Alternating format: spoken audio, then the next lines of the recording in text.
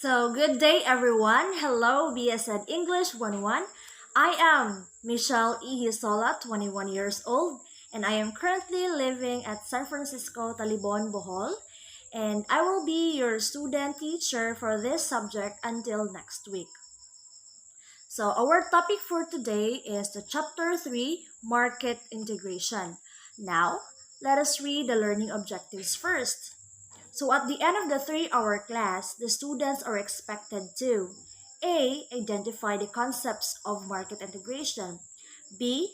Develop a sense of appreciation through participating and giving explanations. And 3. Create an economic advocacy about the importance of market integration in a country. So, we will only achieve that if you listen carefully to my video discussions. Now, economy, the social institution that has one of the biggest impacts on society. So we might think of economy in terms of number, like for example, the number of unemployed people, the gross domestic product or the GDP, or whatever the stock market is doing today. While we often talk about it in a numerical terms, the economy is actually composed of people. It is the social institution that organizes all production, consumption, and trade of goods in the society. So, there are many ways in which products can be made, exchanged, and used. So, let's think about the capitalism and socialism. These economic systems and the economic revolutions that created them shape the way people live their lives. In short, people runs the economy and the economy affects or influence the people and the world. So that is its explanation. So economic systems vary from one society to another. But in any given economy, production typically splits into three sectors. So the production of economy and its three sectors. So first is the primary sectors. Primary sector extracts raw materials from natural environments. So, for example, um, farmers harvest fruits and vegetables, fishermen catch fishes or any aquamarine species, miners mine coals, and hunter extract wools from the ships, and many more. And then, the second sector, or it is also called manufacturing sector, gains they gains the raw materials and transform them into manufactured goods. So, example of secondary sector is are producing car from aluminum, building homes, electricity, fruits were converted into sweet jams, and milk of the tree were also converted into papers which we use in school, in office, and etc. And also, um, we or the primary sector extracts oil from the earth, then the secondary sectors or the factories, the companies refines it into petroleum to gasoline. So that is how the secondary sector works. Now let us move on to the tertiary sector, or also known as service sector. So it involves service rather than goods. It offers service by doing things rather than making things. So I think familiar na mo aning service sector. For example, tourism, banking, teacher, nurse, entertainer like mga artista, and transportation like car or taxi drivers, motor drivers, and many more. That is included in the service sector. So this chapter 3 will show the contributions of different financial and economic institutions that facilitated the growth of the global economy. So the history of the global market will also be discussed by looking at the different economic revolutions and growth dynamics of multinational corporations that are emerging in today's world economy. So, financial institutions. So, the international financial institutions. So, world economies have been brought closer by globalization. So, what do you mean by this? Globalization describes how trade and technology have made the world into a more connected and interdependent countries. Because through globalization, nations or countries were encouraged to exchange goods and services, encourage a more open financial institutions, and a greater flow of investment capital across international borders. So the strength of a more powerful economy brings greater effect on other economies. In the same manner, crises on the weaker economies have less effect on other countries. So it is reflected in the phrase, when the American sneezes, the rest of the world catches a cold. So kung ang the United States of America daw is mohatching, the rest of the world catches a cold, mahilantan daw. So that is also correct. Okay. For example, is the um, not in America, but the war between the Russia and Ukraine.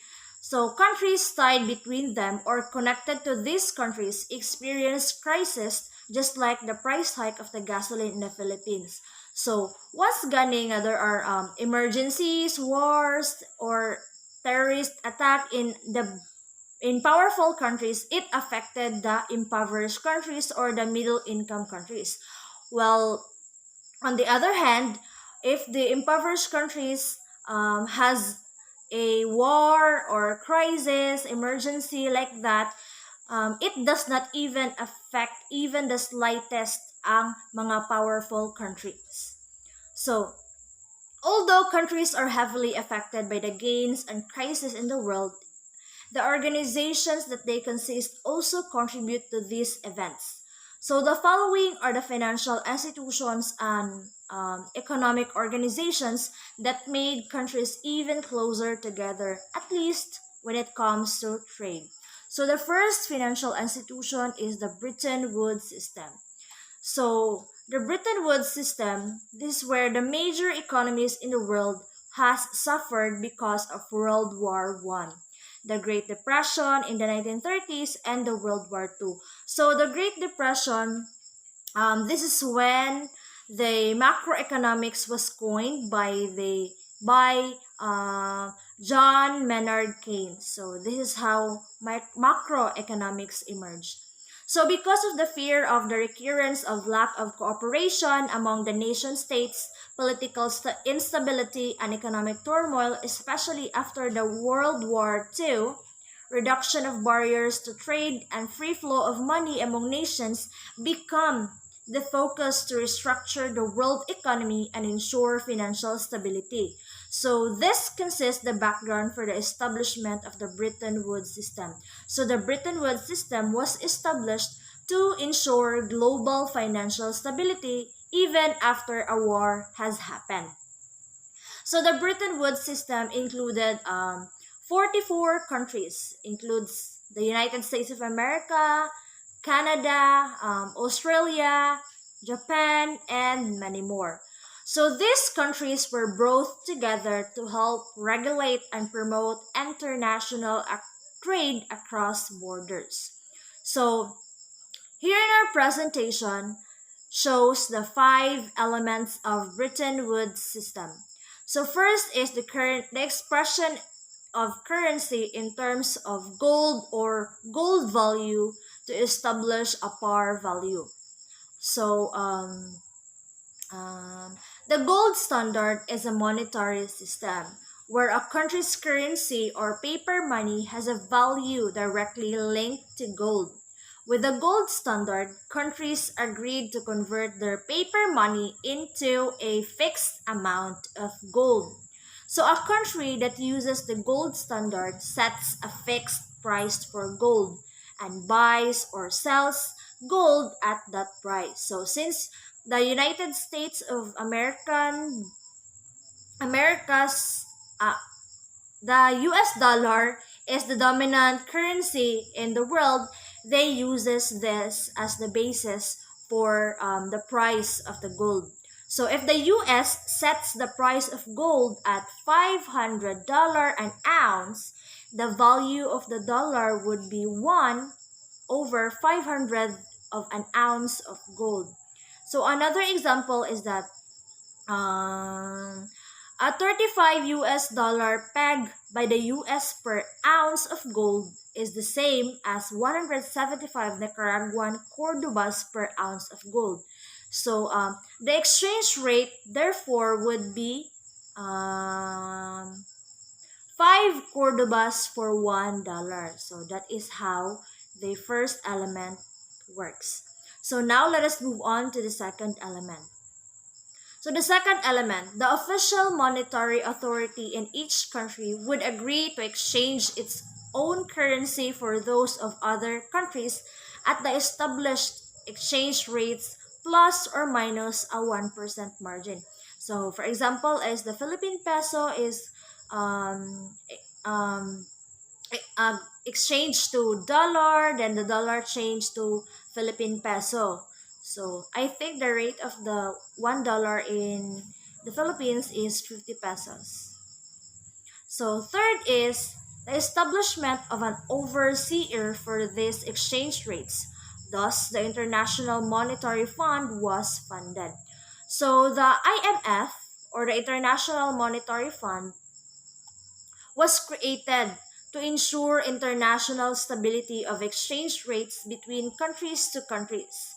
And it is also created to prevent competitive devaluations and promote economic growth. So they are the one who ensures that the global exchange rates is stable from one country to another, kanang walay limbong gyud nga mahitabo.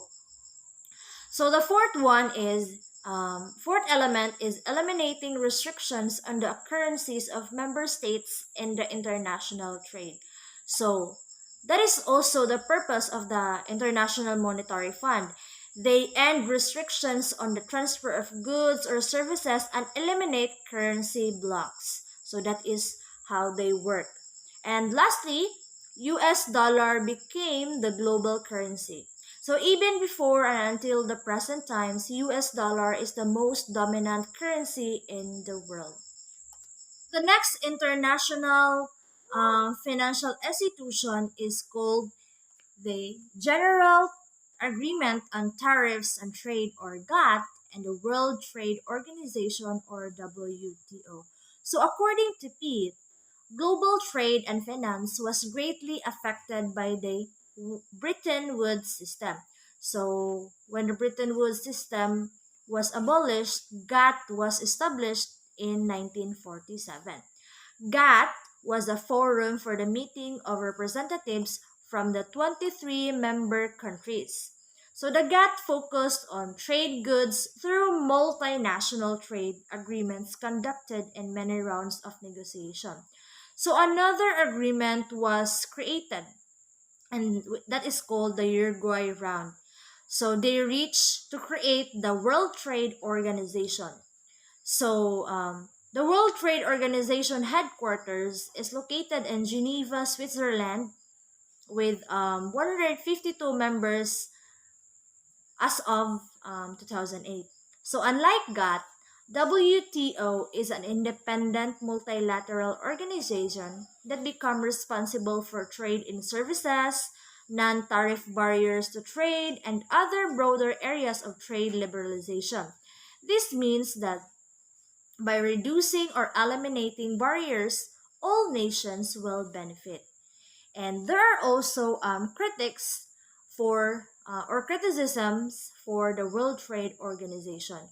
So one is that trade barriers created by developed countries cannot be countered enough by the WTO, especially in agriculture. Yes, WTO cannot counter some policies created by developed countries, making a lot of debates since impoverished countries gains less from it. So the WTO cannot counter these developed countries when they make their own policies in trading because the people or the countries behind the World Trade Organization are also the one who runs the World Trade Organization, and that is the first world countries like the United States of America and many more. So, the decision making processes were heavily influenced by larger trading powers in the so called green room, while excluding smaller powers in meetings. So, um, probably, um, ang maka-attend ra sa mga ani nga meeting, especially in the green room, are the um, developed countries or the first world countries that are or that has a larger trading powers. So, well, ang katong mga developing countries is dili sila maka-attend since they have smaller powers in trading and in economic activity. And lastly, Ritzer 2015 also pointed out that international non-government organizations or the INGOs are not involved, leading to the staging of regular protests and demonstrations against the WTO. So, mo to siya ang criticisms of the World Trade Organization. So, next is the International Monetary Fund or the IMF and the World Bank. So, I mentioned International Monetary Fund earlier sa Bretton Woods system. So, the IMF and the World Bank, they were both funded after the World War II. Their establishment was mainly because of peace advocacy after the war. So take note of the peace advocacy. So these institutions aimed to help the economic stability of the world. So they were designed to complement each other. So they were funded after the World War II mainly because of peace advocacy. So this institution aims to help the economic stability of the world. So both of them, or the IMF and the World Banks, are basically banks, but instead of being started by the regular individuals like regular banks, they were started by countries. So most of the world's countries were members, but of course, rich countries or the developed countries handled most of financing and had the greatest influence in the IMF and the World Bank. So, the or the International Monetary Fund's main goal was to help the countries which were in trouble at that time and could not obtain money by any means. For instance, or for example, Yemen loaned $93 million from IMF on April 5, 2012 to address its struggle with terrorism. And also, of course, IMF gave the Philippines $2.8 billion or 139.4 billion pesos worth of special drawing rights, boosting the country's foreign exchange and adding a funding for the COVID-19 expenses. So, di ba, ang laki na ng utang ng ating bansa. Next is the World Bank. So the World Bank, in comparison with the IMF, had a more long-term approach. So, di ba, its main goals revolve around the eradication and it funded specific projects that help them reach their goals, especially impoverished countries. So, example of this is that the Philippines, the Philippines again.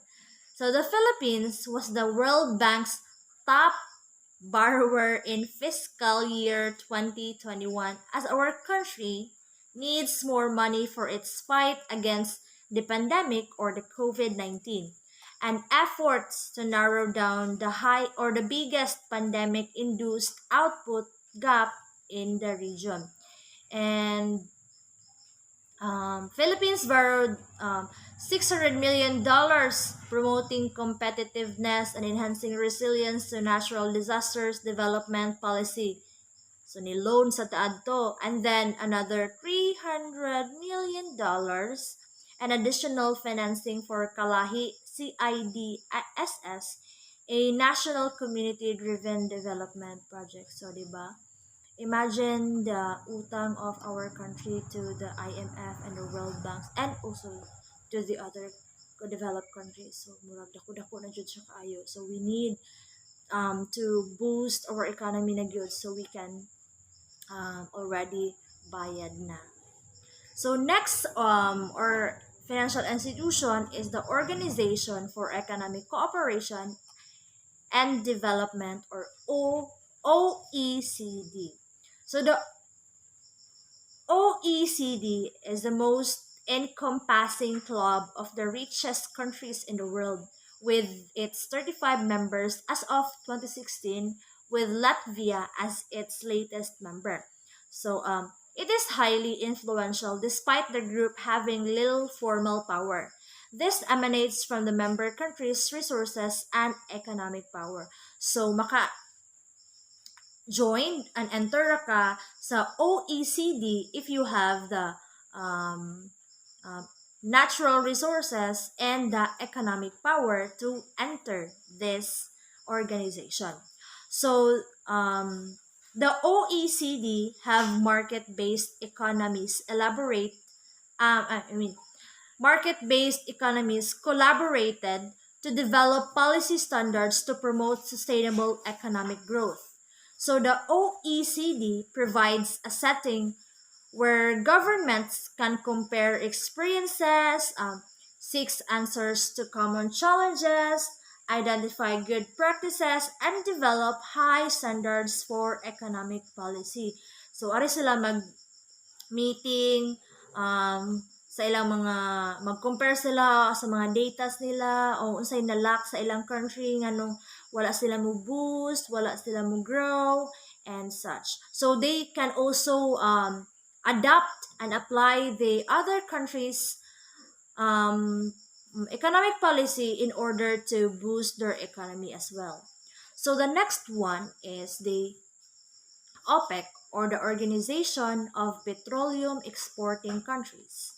So it was originally comprised of Saudi Arabia, Iraq, Kuwait, Iran, and Venezuela. So they are still part of the major exporters of oil in the world today. So the OPEC was formed because member countries wanted to increase the price of oil, which in the past had a relatively low price and had failed in keeping up with inflation. So why do these countries belongs to OPEC, like the Saudi Arabia, the Iraq, Kuwait, Iran, and Venezuela? So just like what I've said earlier, these countries are one of the major exporters of oil in the world today. So OPEC was formed because member countries wanted to increase the price of oil to keep up with the inflation. So today, a lot of members have joined the OPEC organization, like the United Arab Emirates, the Algeria, Libya, Qatar, Nigeria, and Indonesia. Next is the European Union. So the European Union is made up of 28 member states. Most members in the Eurozone adopted the euro as basic currency, but some Western European nations like the Great Britain, Sweden, and Denmark did not. So critics argue that the euro increased the prices in Eurozones and resulted in depressed economic growth rates like in Greece, Spain, and Portugal. So, when we say a European Union, so mostly the countries in Europe are members of this certain organization or financial institution. Now, let us move on to the last financial institution, the North American Free Trade Agreement, or NAFTA. So, NAFTA is a trade pact only between the United States of America, Mexico, and Canada. This was created on January 1, 1994, when Mexico joined the two other nations. So it was created in 1989 with only the Canada and the United States as trading partners. So it helps in developing and expanding world trade by broadening international cooperation. And it also aims to increase cooperation for improving working conditions in North America by reducing barriers to trade as it expands the market of the three countries. So the creation of NAFTA has caused manufacturing jobs from developed nations to transfer to less developed nations in order to reduce the cost of their products. They argue that it is the one to blame for job losses and wage stagnation in the US. So this is because developing nations have less government regulations and cheaper labor. This is called outsourcing job. So, for example, in Mexico, producer prices dropped and some 2 million farmers were forced to leave their farms. During this time, consumer food prices rose or increased and causing 20 million Mexicans lived in food poverty. So the Mexico sent the farmers to the United States of America. So that is called the outsourcing job. US outsourced approximately 791,000 jobs to Mexico in 2010. And as for Canada, 76% of their exports goes to United States. And a quarter of jobs are dependent on some way on the trade or on their trading partner, and that is the United States of America. So this means that if NAFTA is abolished or eradicated, it would be very devastating for Canada's economy since not just in Canada but also the Mexico since they are very dependent on the United States of America. So NAFTA has positive consequences, or the creation of NAFTA has also some positive consequences. So it lowered prices by removing tariffs, opened up new opportunities for small and medium businesses to establish a name for itself. It also quadrupled trade between three countries and created 5 million US jobs. But there are also negative consequences of the creation of NAFTA. First is the excessive pollution. Hindi naman talaga yan mawawala, di ba? And loss of more than 682,000 manufacturing jobs. And the exploitation of the workers in Mexico since the Mexico are forced to send their farmers to the United States of America and moving Mexican farmers out of business. It's like that. So now let us move on to the history of global market integration. So before the rise of today's modern economy, let us go back in time from 12,000 years ago. So there are two significant events that will arise during this time.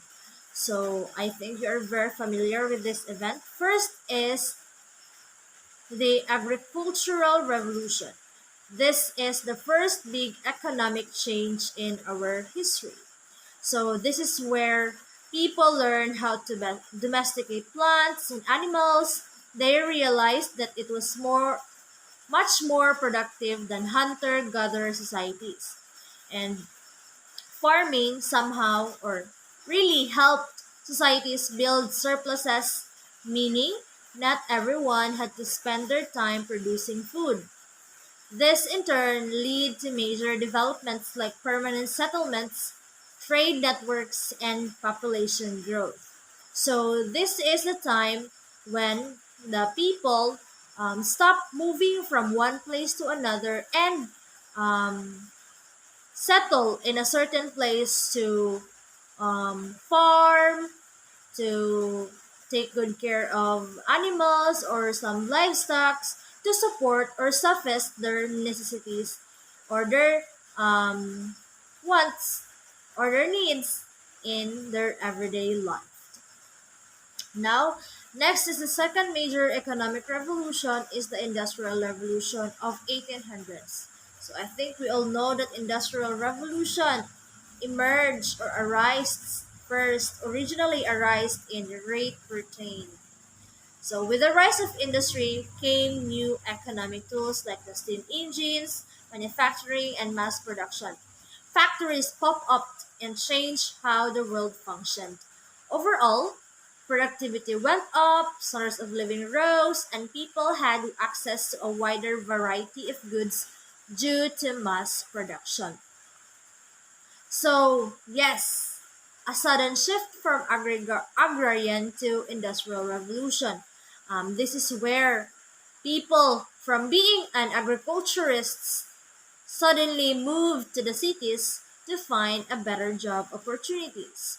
So this event even allowed people to use machines, steam engines, and creation of factories to produce more goods and this industrial revolution thus required more people to do the job. So they are hiring people from the province and um, encourage them to move to the city. But in every economic revolution comes with economic casualties. So as a result, 19th century industrialists were known as a robber barons. With more productivity came greater wealth but also greater economic inequality. So it resulted to economic casualties because during that time, women and children and other laborers were exposed to dangerous chemicals in factories, and their wages decreased instead of increasing. And there is also a conflict between the bourgeoisie and the proletariat, the capitalists or business owners and the laborers. And since there is a conflict, laborers wanted their wages to increase, but the capitalists wouldn't give them the right to because they think nga moro jud na ang ilahang dapat nga wages despite their hard works and efforts that they have given to do their job. So there are two economic models that sprung up during the Industrial Revolution as production of goods becomes more important. So this is the capitalism and the socialism.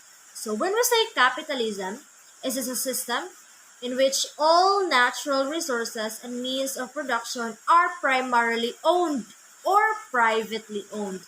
It emphasizes profit maximization and competition as the main drivers of efficiency. So invisible hand of the market, this was coined by the economists Adam Smith in 1770s.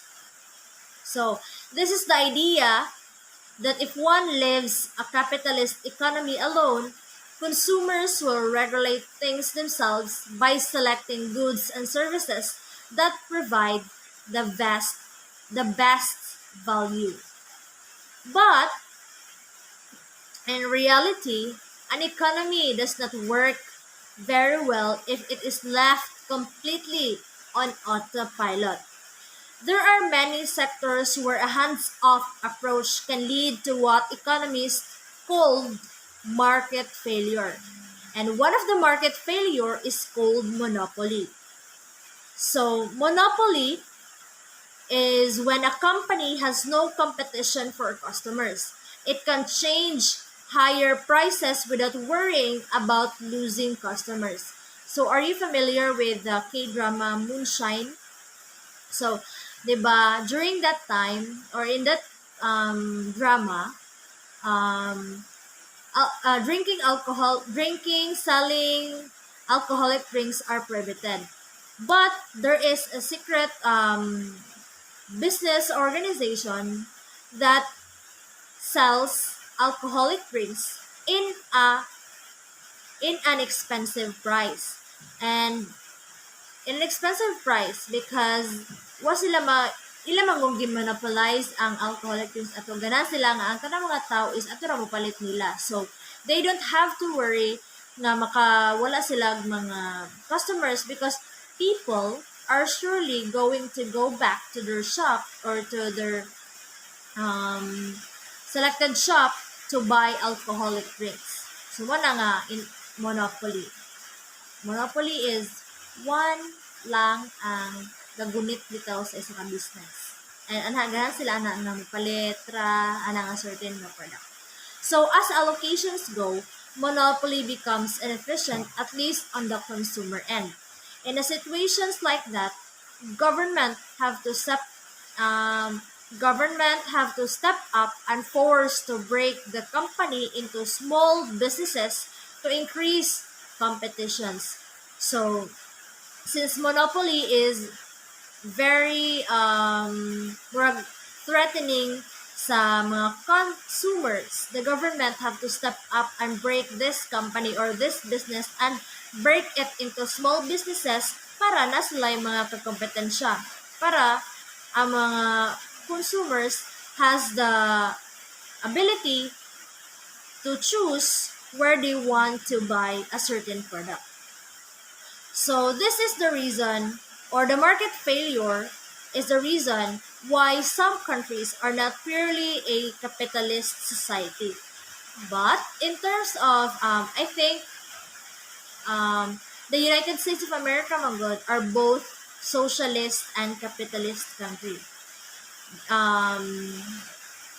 There are businesses that are privately owned, but the government has a share of it. They regulated these businesses as well para na-balance between the privately owned and the consumers, and as well as the government as the intermediary people in between the two parties. Now let us move on to the socialism.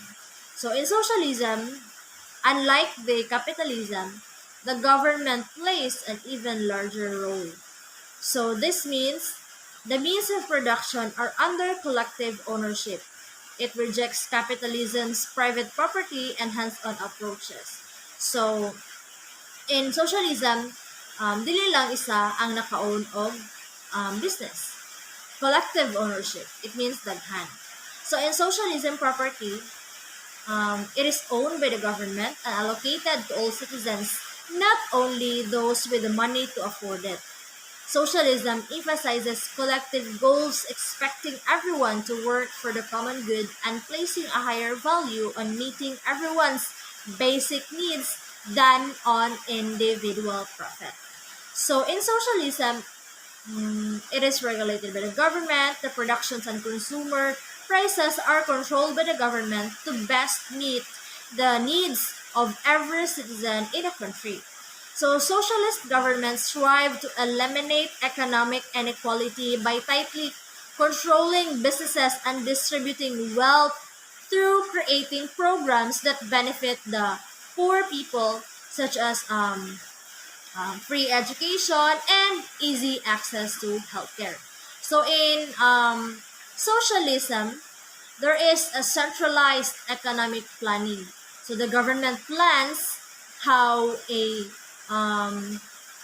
can control the prices of a certain product before releasing the prices to the public para maka-benefit sa everyone. Okay, in capitalism ang good, ang mga business owner lamang ang magbuot kung pila ang price nga ilahang pagawas sa public. While in socialism, the government intervenes sa pag-decide of prices sa mga products nga ipagawas adto sa publiko. Next is the information revolution. So, when we say information revolution, it is a current economic, social, and technological trends beyond the Industrial Revolution. So it is a period of change that might prove as significant to the lives of people in our society today. So technology has reduced the role of human labor and shifted it from manufacturing-based economy to one that is based on service work and the production of ideas rather than goods. So in information technology, um, computers and other technologies are beginning to replace many jobs because of automation or outsourcing jobs. We also see the decline in the union of memberships, and nowadays, most unions are for public sector jobs. Like for example, mga teachers lang. So, mo na siya. So, there are two types of jobs according to sociologists: the primary labor jobs and the secondary labor jobs. So, the primary labor job or primary labor market includes jobs that provide many benefits to workers like high income, job security, health insurance, and retirement packages. So when we say primary labor market, this is what we call the white-collar professions or the white-collar jobs like mga doctors, teachers, engineers, accountants. Na dagko silang sweldo, na sila yung mga job security, health insurance, and retirement packages. On the other hand, the second labor market provides a fewer benefits and include lower skilled jobs and lower level service sector jobs. So this is what we call the blue collar professions or the blue collar jobs. So for example, ani is mga construction workers, mga cargador, mga vendors sa palengke, like that. So they have lower workers sa isa ka mga sari-sari store, ina na. So they have lower income and dili sakop sa ilang work ang wala sila health insurance, mga retirement packages or job security. So kanisang secondary labor market could be a kanabitong temporary job lang for them since they could move from one job to another if kanabitong contractual lang or seasonal lang ang pag-hire ani nga job. Yan na siya sa secondary labor market. So, a key part of both our economic and political landscape is corporations. Corporations are defined as organizations that exist as legal entities and have all liabilities that are separate from its members. Corporations are operating across national boundaries, which means that the future of the Philippine economy and most countries' economies will play out on a global scale. So example of corporations are Coca-Cola, McDonald's, Jollibee, and many more. So global corporation. So the increase of international trade has both created and been supported by international regulatory groups like the World Trade Organization and transnational trade agreements like NAFTA. So it means that there is not a single country that is completely independent or can manage on their own. All are dependent to some degree on international trade for their own prosperity. If there would be no international trade, there would be no need for international regulatory groups. Without international regulatory groups, international trade at the current massive scale would be impractical. So the trade regulatory groups and agreements regulate, or the purpose of the trade regulatory groups and the trade agreements regulate the flow or stabilize the flow of goods and services between countries to countries. They reduce tariffs, which are taxes on imports, and make customs procedures much more easier.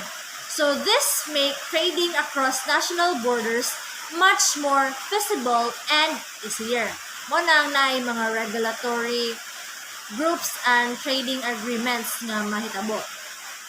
So, the international trade agreements often benefit private industries the most. So, yeah, private industries jud ang mas naka-benefit kaysa sa mga public industries. Kay most probably dako jud og kanang bitaw murag hatag ang mga private industries compared to the public industries. Mo na nga mas maka-benefit sila sa private industries, especially nga murag bitaw napod sila yung mga so na murag special sa sila sa mga trade agreements.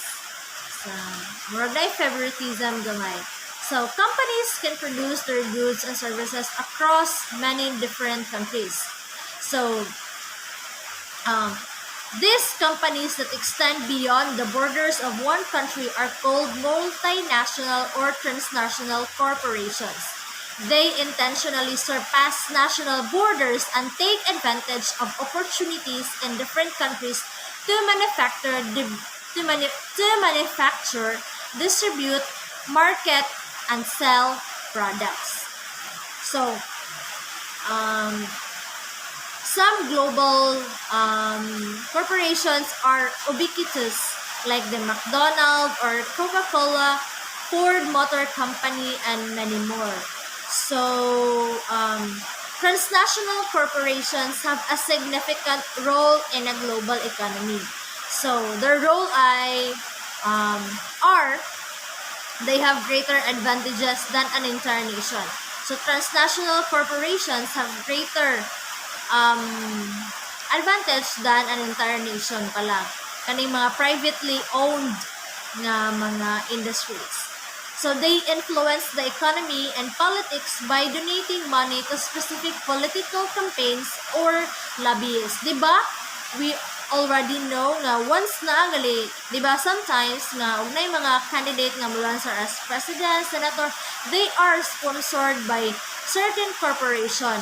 Kay once nga sponsoran nimo, if that elected person is or nakadaog sa election, it would surely nga suportahan sa ang kato nga corporation sa kato nga kandidato. So, sureball na nga may agreement between the two parties. So, they can even influence the global trade laws of the international regulatory group. So, muna siya ang katong role sa transnational corporation. So, global corporations are often put their factories in countries to countries which can provide cheapest labor in order to save up for expenses and the making of a product. So as a result, developing nations will provide incentives like tax-free, trade zones, or cheap labor. These global corporations include Jollibee, Coca-Cola, McDonald's, Ford Company, and many more na magbutang sila o mga branches sa countries to countries, diba? Na manadagidaga sa Pilipinas, daghan kay branches sa Jollibee, McDonald's, and many more corporations. So, these companies will set up their business in developing countries in hope of bringing jobs and industry to these agricultural countries. So this promotes a rapid advances in developing nations because of the ideas and innovations brought by the industrialized nations. So sometimes there are positive sides sa mga corporations. So by bringing their business to some agricultural countries, they could also give, or the agricultural countries could also adopt the ideas and innovate those para mas ma-industrialize ang kaning agricultural nation. So for example, the Philippines, kung we could base our mga businesses sa mga Jollibee, di ba? Naman dyan nga kanang namin mga businesses sa Philippines nga ning awat bitaw sa way sa Jollibee, kanang kanang mga maghimo og ilahang products o say products Jollibee. They could also maghimo adto ingana sa ilahang, pero dili good totally nga copy it, i-base naman po sa kanilang business. Kay pwede ba na makasuhan sa kanilang Jollibee nga muawat or mu copy, especially sa ilahang menu nga mu copy sila adto. So just like that, we can base our or we can adapt their way or methods of doing business para mas ma-boost ang atong economy or ang mga small businesses and also our economic activities in our country. So, although kato mga positive side siya sa global corporation, there are also downside ani. If the labor law in one country become more restrictive to the transnational corporations, they can just pack up and move their business to the other countries, leaving a widespread of employment. So, if ever bitaw nga mga labor laws, mga policies sa country is more mag-restrict na sila sa mga corporations, the corporation can decide to move to another country to then biyaan na ang kato, dili na nila i-close nila ang kato nga business nila sa kaning lugar, but luoy laman po ang lugar nga ilang mabilinan, kay massive unemployment will happen, kay especially daghan na jud ang mga motrabaho ana nga kuan, kay transnational corporations god, they pay wages more than they in reality jud nga mas dako jud mga wages ang naa sa mga kanang mga corporation from the other countries kaysa sa ato ang businesses sa Philippines. For example lang. So, international trade and global corporations along with the internet and more global processes contribute to globalization. And that is why our countries or world become more closer today. So, because people and corporations bring their own beliefs, their traditions, and their money with them, when they interact with the other countries, these ideas and capital can be incorporated in other countries and thus change the cultures and economies of these foreign nations. So, wala gito mo adapta sa ilahang mga gipang dala nga idea para mas mag-boost sa nga tua diri sa ato ang country. So,